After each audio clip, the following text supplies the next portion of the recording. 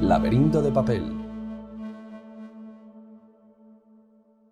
Hola, bienvenidos y bienvenidas a Laberinto de Papel, el podcast sobre literatura fantástica, de terror y de ciencia ficción que hacemos en Sataka en colaboración con la editorial Minotauro. Hoy vamos a hablar de un auténtico clásico de la ciencia ficción, una auténtica institución, aprovechando que Minotauro ha reeditado en su colección Esenciales, pues tres de sus libros más conocidos que forman una trilogía, la trilogía del ensanche, que son Neuromante, Conde Cero y Mona Lisa acelerada. Para hablar de estos tres estupendos libros de ciencia ficción, vamos a hablar con Francisco Serrano, que es escritor y también es el 50% del podcast Rancho Drácula. Hola, Frank, ¿qué tal? Hola, buenas, ¿qué tal estáis? Pues nada, aquí dispuestos a hablar de un auténtico clásico, ¿no? Pues efectivamente, de clásico, además de esto, fundacional. O sea, no solo tiene su categoría de escritor, pues eso, que sigue, además que sigue en activo, que sigue, se las ha apañado para ser un clásico y además seguir completamente relevante, sino que además es muy responsable de dar forma a la ciencia ficción durante al menos un par de décadas importantes. De hecho, a título personal, Fran, hay una cosa que no sé si tú compartirás, que quería comentarte, que es que, bueno, Minotauro, como sabes, lleva un montón de tiempo editando en España y mucha gente, el primer recuerdo que tiene asociado a la editorial Minotauro es El Señor de los Anillos. Sin embargo, yo el primer recuerdo que tengo asociado a Minotauro es Neuromante de William Gibson, en aquella edición que los libros eran como muy alargados, ¿no? ¿Te acuerdas? Sí, sí, perfectamente.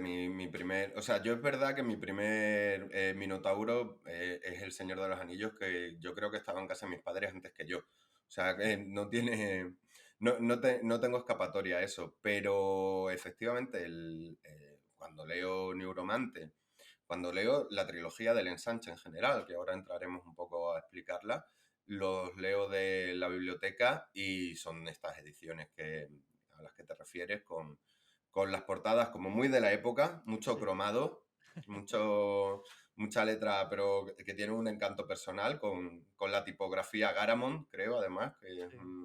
muy, muy particular. Y, y tiene ese encanto especial de, pues eso, de los libros de Minotauro que uno conseguía un poco a como podía, ¿no? Sí. Luego ya le eché mano, ya me los compré, pero en principio fueron de biblioteca, efectivamente. Sí, pero bueno, en cualquier caso, esta nueva edición de en Minotauro Esenciales es una nueva traducción, además, que ahora sí que hablaremos un poco del tema, porque desde entonces William Gibson no se había vuelto a traducir, o se estaba como recuperando siempre pues, la vieja traducción de Minotauro.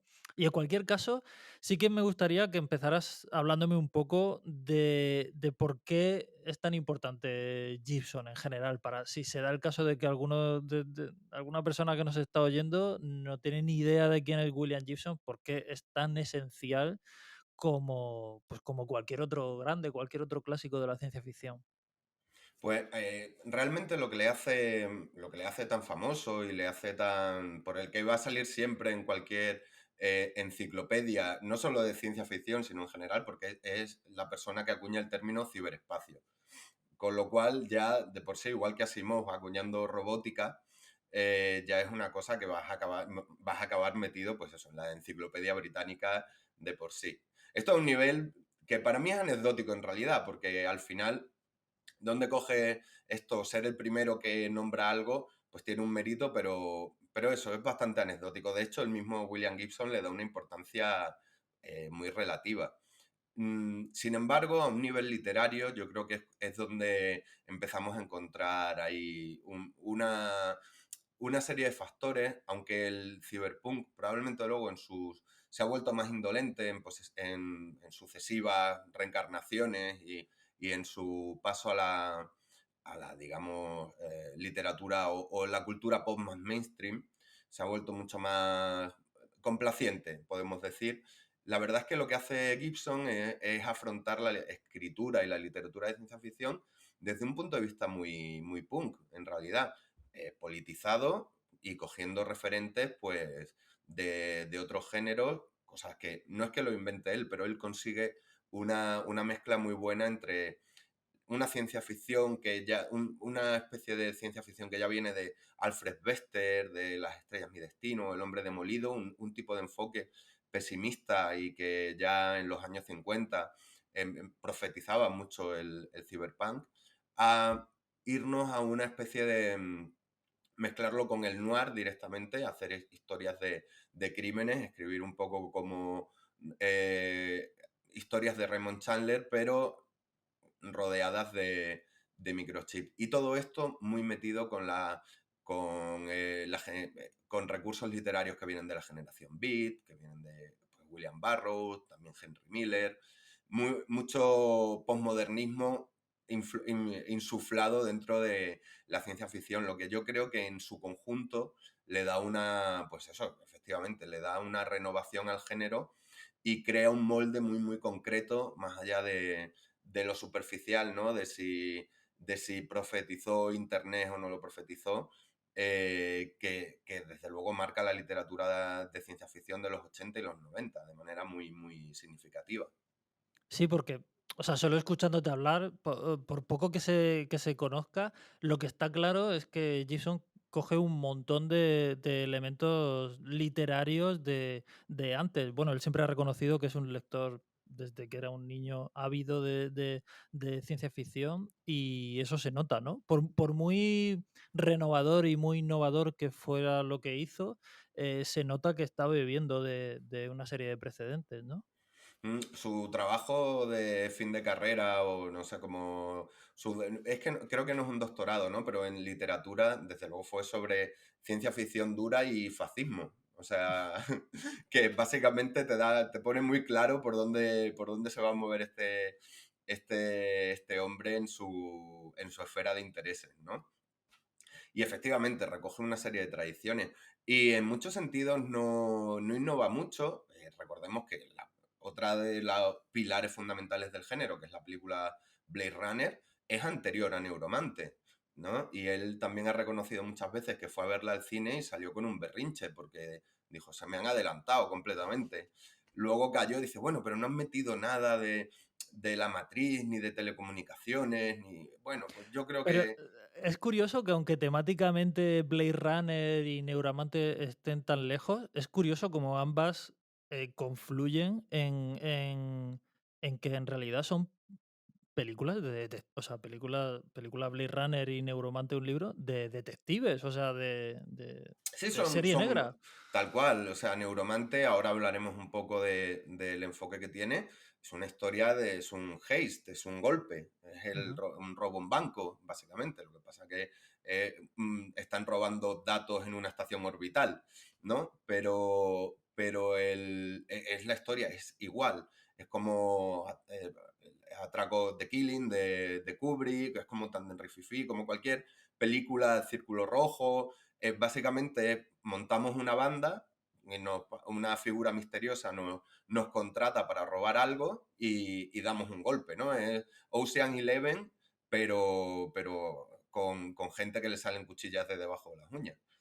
Que en mi caso, no quiero meterme en un Ocean Eleven necesariamente, pero mucho mejor que te salgan Mucho cuchillas. mejor si te Hombre, salen cuchillas debajo de las uñas, ¿dónde va a parar? Eh, el caso es que, aunque estamos los dos de acuerdo en que lo que tú dices, que al final el que se haya adelantado a Internet o que adivinara Internet a principios de los 80 o cosas así, es al final un poco anecdótico, o sea que el valor literario de Neuromante está más allá de eso. Es verdad que relees Neuromante hoy y dices, pero este tío estaba adivinándolo todo. efectivamente, es muy impresionante y ahora lo que nos pasa con esto también es que tiene un matiz muy interesante que se lee como retrofuturismo prácticamente. Es como, porque al fin y al cabo es como si predicho o pronosticado como la relación que vamos a tener en Internet, pero siguen siendo ordenadores de cintas de casete. O sea, que Claro, hay un momento que hasta que te resitúas empieza claro. a ser casi, tiene un punto casi esotérico, cuando creo que es en Quemando Cromo, no en Neuromante, hay un momento que describe que el personaje mete la cinta de casete en la consola con el pie. Y yo recuerdo estar leyendo Quemando Cromo y diciendo, ¿qué está haciendo? ¿Qué? O sea, y mira que yo vengo de una, ya sí que he visto ordenadores con Con cinta, cassettes. ¿no? Pero aún así hay un momento de, ya, o sea, yo esto creo que ya no sé ni si usábamos disquetes cuando leí yo esto en Quemando Cromo, ¿no? Claro. Y te obliga a una reconfiguración y a una resituación tecnológica que es muy, muy interesante y muy chula. Mm. Y al fin y al cabo nos obliga, pues eso, a leerlo como retrofuturismo. Lo que no le quita ningún mérito, pero como tantas cosas de la ciencia ficción, al fin y al cabo es gente que sabe qué tecnología y la piensa, ¿no? Y Ujú. piensa qué tecnología es actual, ¿no? Porque Internet, desde luego, no se inventa a mediados ni a finales de los 90. Entonces, sabe que está esto y dice, vale, esto va a ser mucho más importante. Y es probablemente su hallazgo temático en el sentido literario, ¿no? El sentido literario de ciencia ficción, ¿no? En esta obsesión que tiene la ciencia ficción por ser divulgativa y rigurosa Ujú. que a veces nos importa, a algunos lectores nos importa regular, en realidad, A otros les pero importa mucho. a otros les importa mucho. Mm. Y el propio William Gibson en el prólogo que tiene esta edición de Neuromante dice cosas muy interesantes al respecto, ¿no? Es como Es lo que su... te iba a decir, que hay un momento en la introducción de Neuromante, que la introducción es actual, y habla un poco de cómo él se ha olvidado o sea, que ha dejado, define la novela como un hijo que lo ha dejado que siga su vida, pero que es agradable saber que ese hijo ha seguido su vida efectivamente y ha conocido un montón de gente y ha tenido una vida muy enriquecedora, pero que él ya se ha olvidado de eso. Y dice, hay una cosa que dice que me parece muy significativa, que es que le gustaría meterse en la cabeza de un lector adolescente que coge ahora Neuromante por primera vez y se pasa toda la novela preguntándose por qué nadie coge un móvil Sí, y, sí. y usa un móvil. Claro, el tío pudo predecir Internet, pero no predijo los móviles. Claro, está fascinado. Me gusta mucho la analogía esta del hijo que se ha ido por ahí, pero es un hijo que de vez en cuando te manda además un cheque voluminoso. Sí. Porque está muy bien esta idea de me he emancipado literalmente, literariamente de Neuromante, pero los derechos que le deben Pero ser las estupendos. rentas están bien. Y bien que se los merece, que Sí, no sí. me parece estupendo, ¿no? Es la clase de paternidad literaria que todo el mundo desearía. Mm. Eh, y efectivamente, en el prólogo, en esta introducción que hace al libro, habla un poco de eso y de la famosa primera frase de Neuromante, ¿no? Del cielo sobre el puerto tenía el color de un canal sintonizado en un canal muerto, de un televisor sintonizado en un canal muerto, ¿no? Y que decía él, es que esto ya la gente no sabe que es un televisor, o sea, porque es que ya no hay televisores que sintonicen en canales muertos, ¿no? Claro. Porque ya no, la señal es digital, porque si se te va el canal se te pone la pantalla negra y ya está. Esta estática, arenosa y crujiente que veíamos en la pantalla en estos viejos televisores de tubo, que él describe de hecho un televisor pues todavía más antiguo de los que recordamos nosotros, ¿no? Dice un Motorola con armazón de madera y tela en los altavoces y tal. Dice, eso es que es vintage de por sí, ¿no? Y al final es una novela pues que en su radical modernidad del momento se ha convertido en una especie de, pues eso, de steampunk involuntario, ¿no? Ujú. De silicio punk. Sí. Hay una especie de género que a veces es muy atractivo también, ¿no? Igual Mm. que todos estos géneros, pues el steampunk, el dieselpunk, el atomic punk, pues tenemos esta especie de, vamos, hace poco, un juego de infausto recuerdo, pero que luego no salió muy bien, pero el juego, el Cyberpunk, el videojuego que salió hace un tiempo poco, salió como un gran blockbuster, ¿no? Luego Ujú. salió regular y al final eso ya eran, o sea, ya es retrofuturismo puro y duro. O sea, efectivamente las cosas tienen cables todo el rato, ¿no? Porque forma parte de la estética que haya muchos cables por todas partes. Cuando Sí, ya tiramos hacia lo inalámbrico y hacia pues eso. Y claro, es una estética muy rara que ya solo se rescata desde la nostalgia, ¿no? claro. Pero bueno, entrando en materia, háblame un poco de Neuromante, que es la primera. Bueno, todo esto estos tres libros forman parte de lo que se conoce como la trilogía del ensanche o la trilogía del sprawl, pero son libros independientes, ¿no? Sí, yo creo que William Gibson es muy astuto dentro de este tropo de por sí, ¿no? Que es escribir trilogías en la ciencia ficción para seguir un poco ordeñando la vaca de tu primer éxito. Pues William Gibson escribe Neuromante y luego pues escribe su trilogía correspondiente, como hay que hacer, pero él mismo no piensa, dice que no piensa mucho en trilogías, piensa en libros que están unidos temática y formalmente, aunque se repitan personajes y tal. Y la trilogía del ensanche, que ya viene de los relatos que están en Quemando Cromo en algunos, eh, pues forma esa especie de conjunto temático un poco, digamos, no tiene una continuidad de presentación, nudo y desenlace, ¿no? En los libros. Cada uno es autoconclusivo. Se pueden leer desordenados. De hecho, yo en su momento me leí primero Neuromante, pero luego Mona Lisa acelerada, porque no logré echarle mano a Conde Cero hasta mucho después. Y te lo lees y se entiende perfectamente. Neuromante es, como hemos dicho, una historia de atraco, es un golpe. El protagonista Case lo que llamaríamos ahora un hacker. Utiliza la terminología de vaquero de consola o de jinete.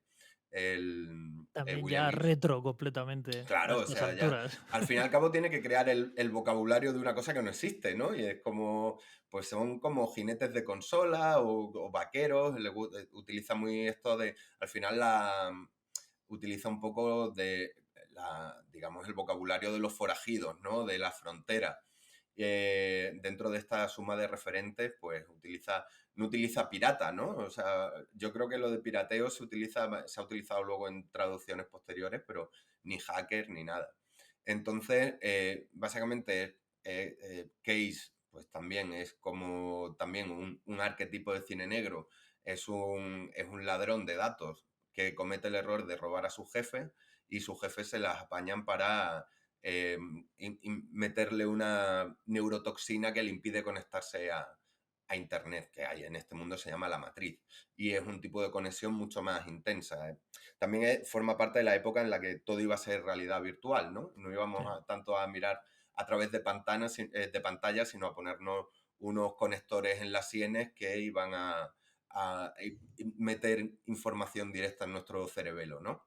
Que Pues por estoy. cierto, te interrumpo un momento solo para decirte que posiblemente si alguien de los que nos está escuchando está oyendo esto que estás diciendo y de repente oye la matriz, dirán, pero ¿cómo que la matriz? Pues sí, efectivamente, obviamente Matrix es una de las películas más claramente influidas por Neuromante, y no precisamente acreditándolo, ¿no?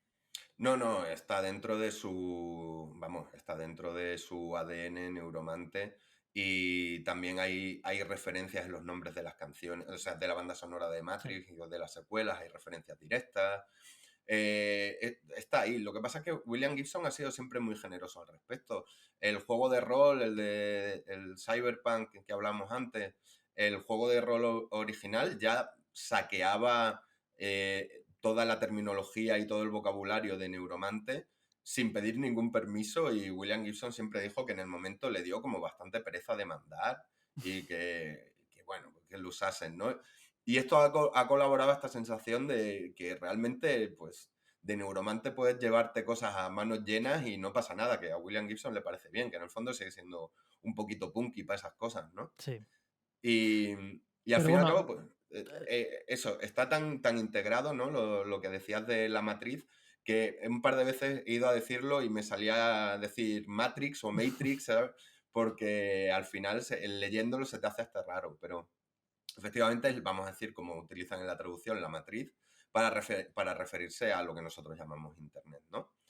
Y pues este personaje está como en una espiral de caída cuando es reclutado por una pequeña organización de ladrones que van a hacer un trabajo, que arreglan este problema que tiene para que se pueda conectar de nuevo a la matriz e inician las fases de pues todas las fases de reclutamiento de otros miembros de la banda, se van moviendo por el mundo a distintas localizaciones para hacer los primeros robos del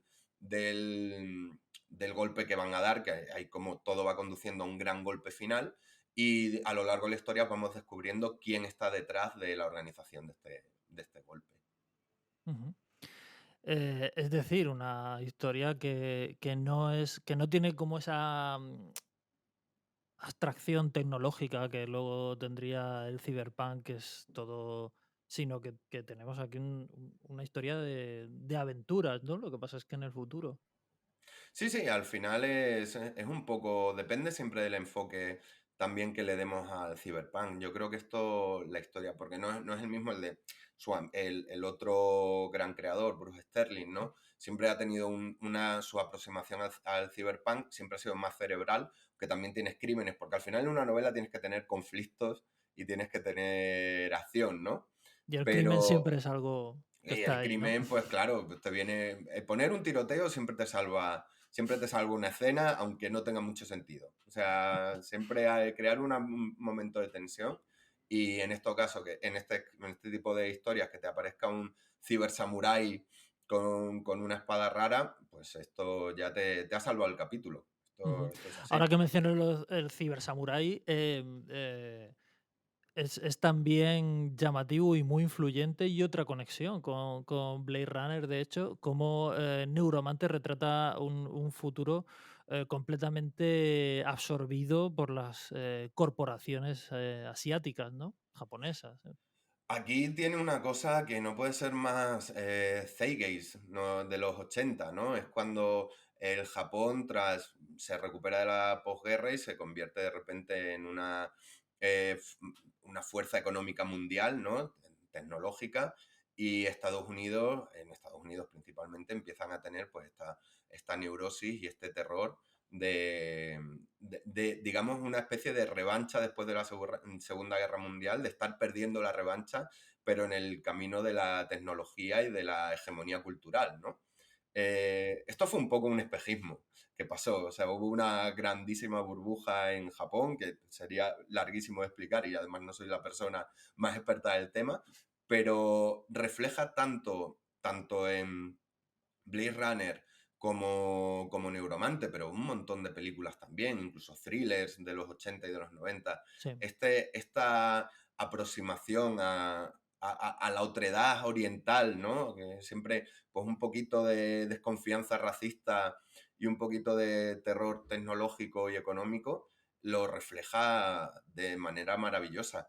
Y aquí, por ejemplo, pues las grandes corporaciones de las que hablamos en realidad se refieren muchísimas veces a ellas como Zaibatsu, que sería el término japonés, y esta idea de que o vives en las grietas del sistema o vives prácticamente contratado por una mega empresa con la que, digamos, que trabajas toda tu vida y cantas el himno de la empresa todas las mañanas y te vas y la empresa te paga el funeral, ¿no?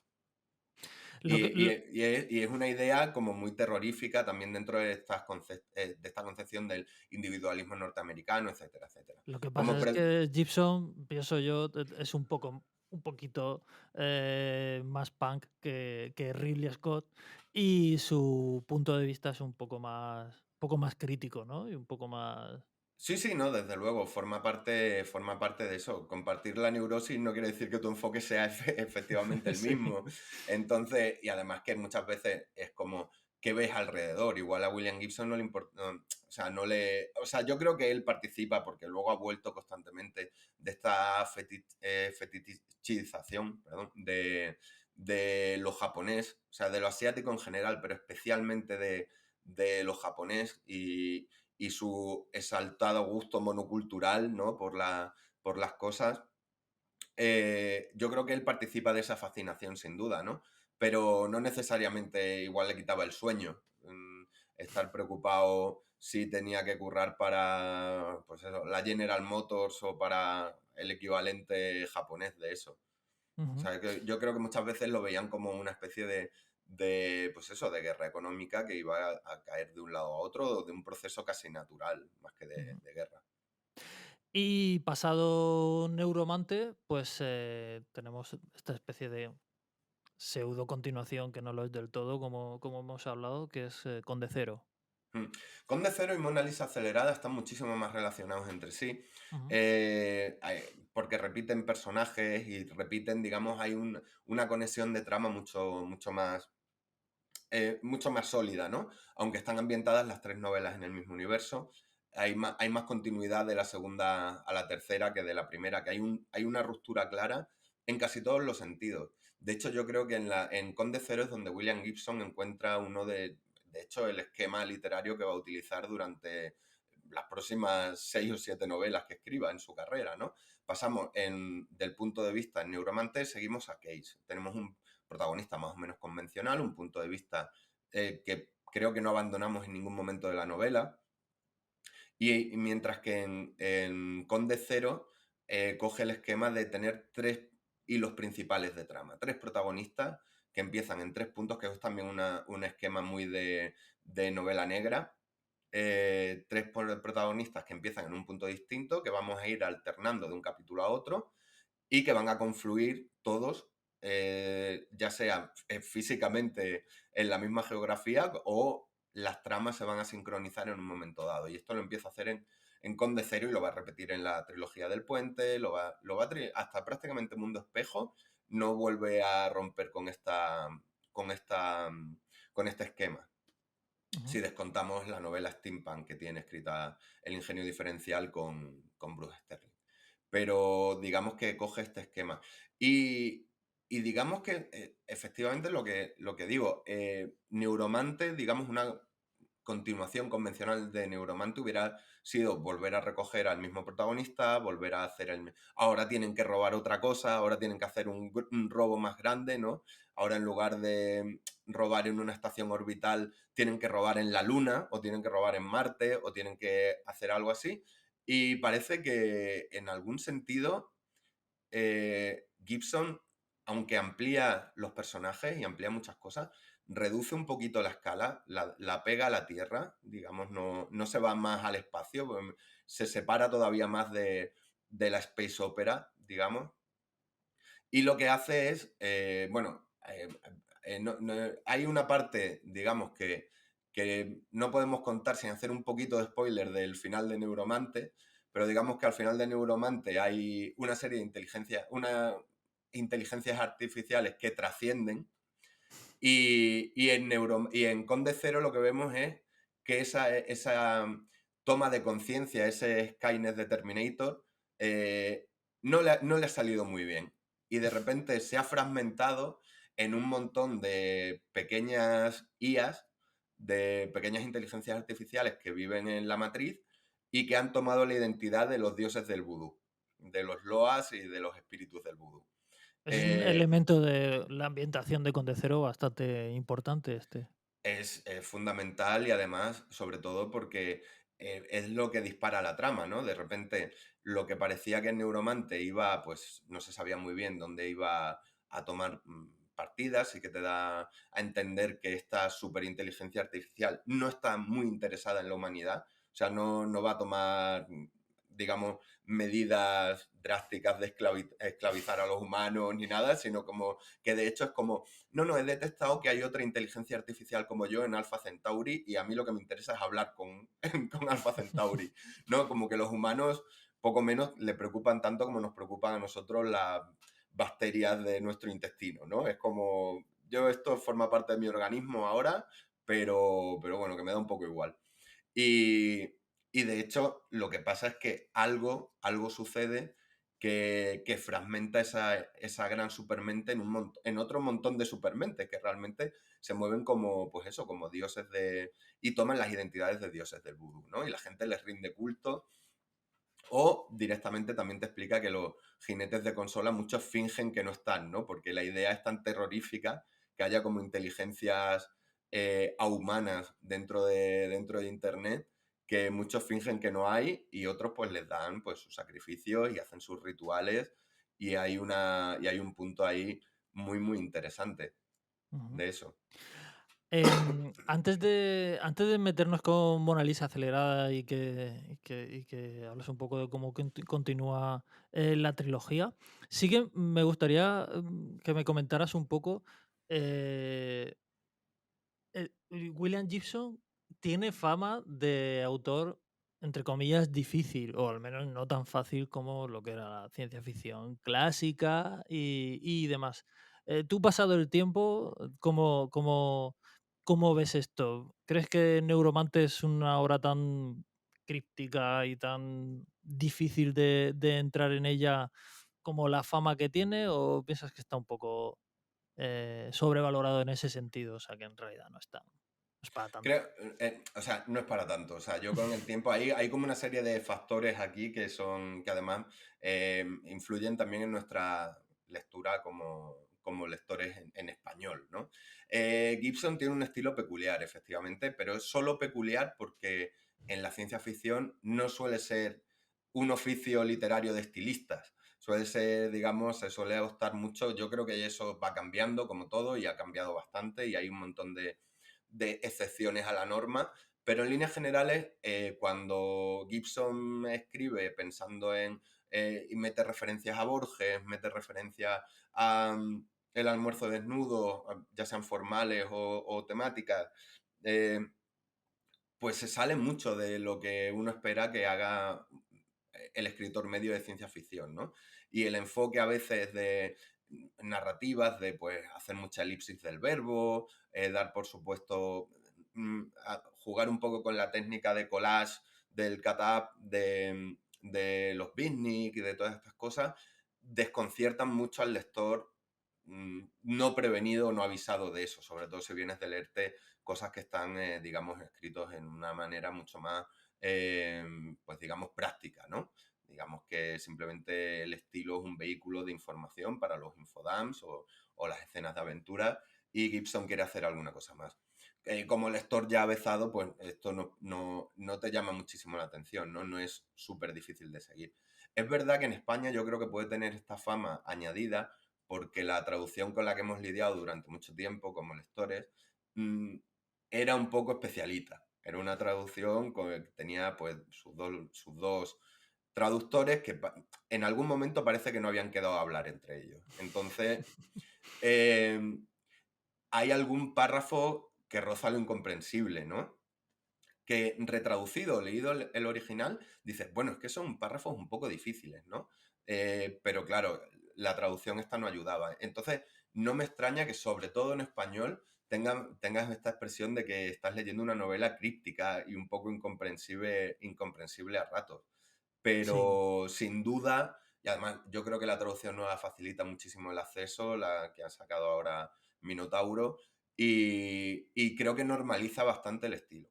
Me he metido con la traducción vieja. En parte yo la echo de menos, ¿no? Porque es como un libro que he leído muchas veces con esa traducción y ahora leerte algún párrafo tan limpito y tan comprensible, digo, esto no lo tengo que descifrar, esto era algo mucho más raro antes. sí, Y era formada parte de su rocoso encanto. sí. De todas maneras, lo que tú dices, el lector avezado que haya leído obras de la nueva ola de la ciencia ficción, a autores como Murko, en fin, a tantos otros, Sí, bueno, a Ballard, eh, ¿no? o a Valar, por supuesto, pues no le parecerá tan complicado a Jason.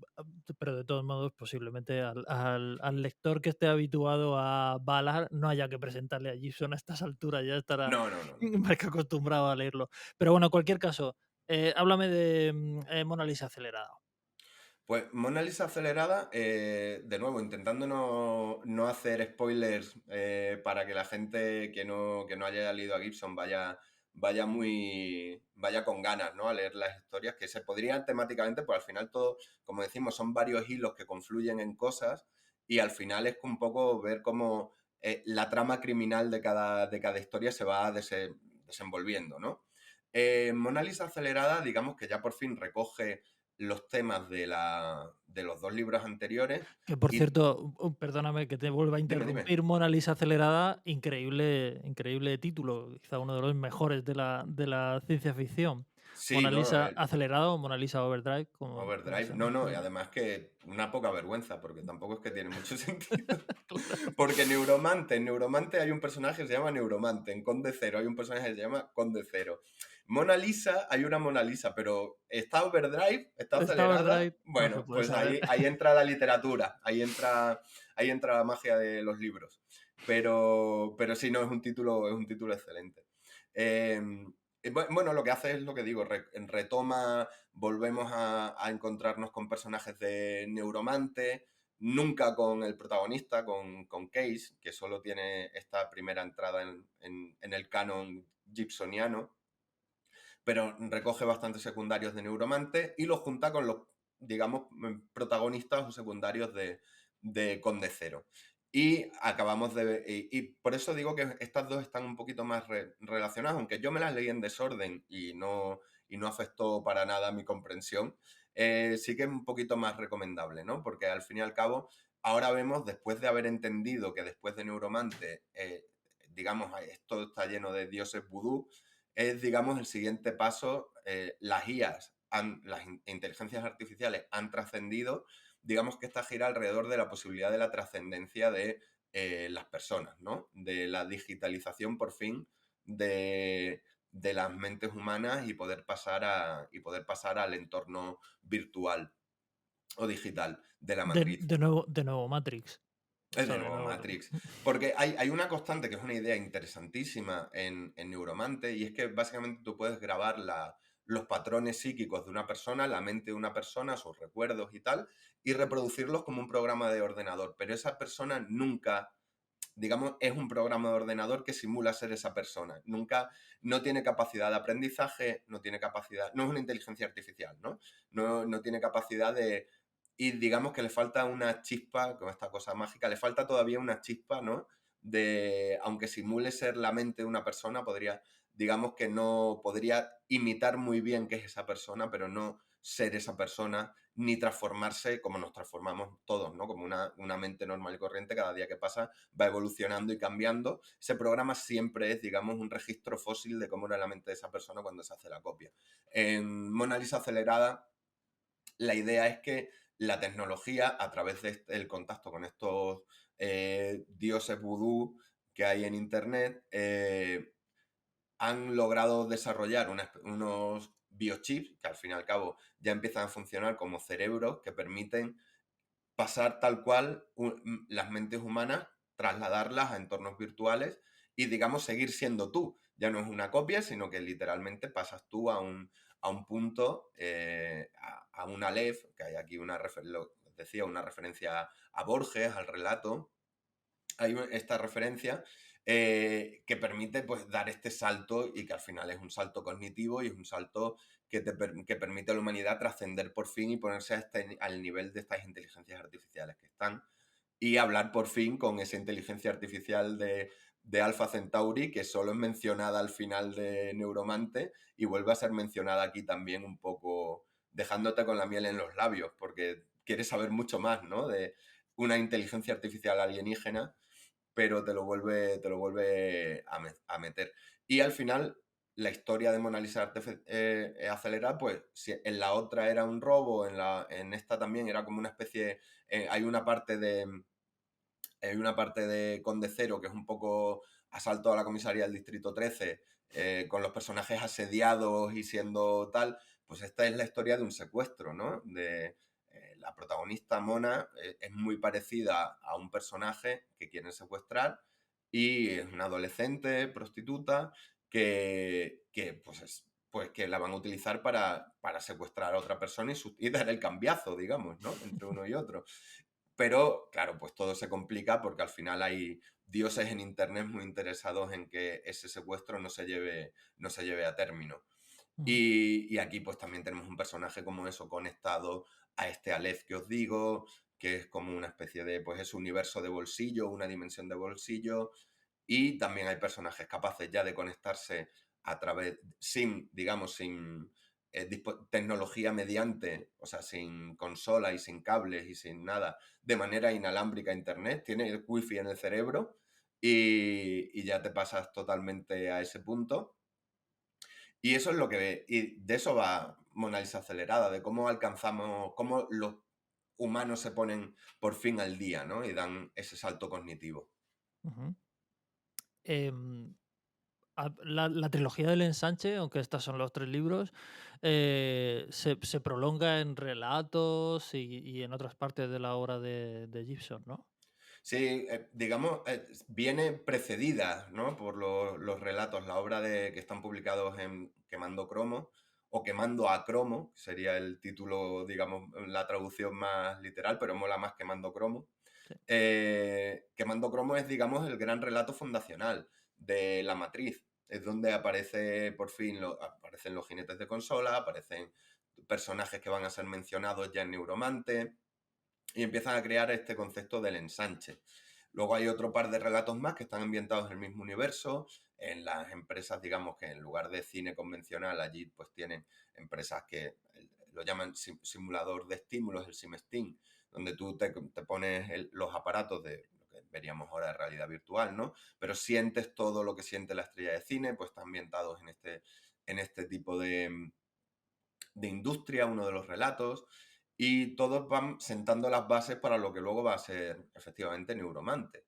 Y tienes, pues eso, amplía un poco. Estos también pueden leerse en el orden que uno quiera. No hace falta seguir una muy rigurosa, muy rigurosa línea temporal. Uno no se va a perder, es todo más o menos autoconclusivo.